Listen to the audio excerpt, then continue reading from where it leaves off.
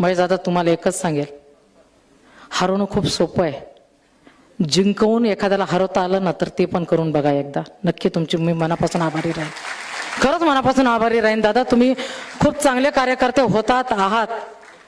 आत्ता मात्र तुमच्यात खूप बदल झालेला आहे. तो बदल जो आहे आज जे तुम्ही अजसृष्टी करून जे काही स्वतःमध्ये बदल घडवण्याचा प्रयत्न केलाय त्यामध्ये तुमचं आभार नक्कीच मानणार नाही मी, कारण मीच सांगितलं कोणी आभार मानायचे नाहीत. फक्त राजकारण करत असताना शब्द मात्र नेहमी सांभाळून वापरायचे असतात. ज्यावेळेस तुमचे शब्द घरंगळत होते, दुःख होत होतं दादा, अजितदादांना तुम्ही अशा भाषेत नाही बोलायला पाहिजे होतं म्हणून वाईट वाटत होतं.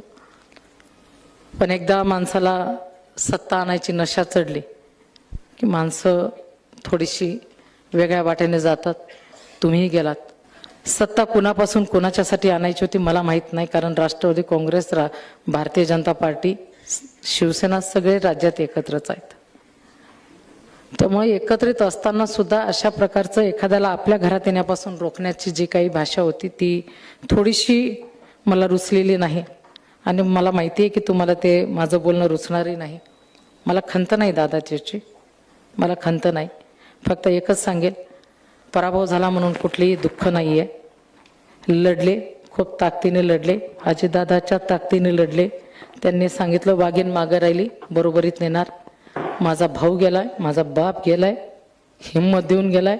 हिम्मत माझी कोणी चोरू शकत नाही. हिमतीने लढणार आहे. इथून पुढे एक ताकदवर विरोधी पक्ष कसा असतो ते मी तुम्हाला दाखवून देणार आहे. या शहराला मला दाखवायचं आहे. दबणार नाही मी कुठल्याही दबावाने.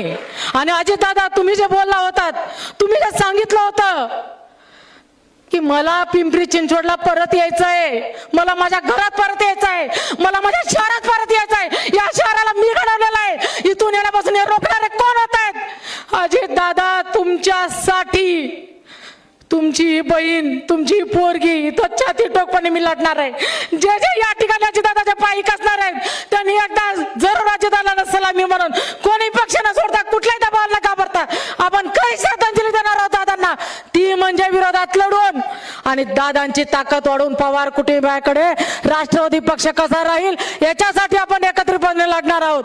ज्यावेळेस शिवसेनेचे 3 नगरसेवक निवडून येत होते त्यावेळेस लढण्याची हिंमत ठेवणारी मी आहे. ज्यावेळेस 7 निवडून येते त्यावेळेस पण लढण्याची हिंमत ठेवणारी मी आहे. आज राष्ट्रवादीत आहे. इथून पुढचा कार्यकाळ माझ्याकडे पण जास्त नाही आहे. वयाची 55 मी पण गाठलेली आहे.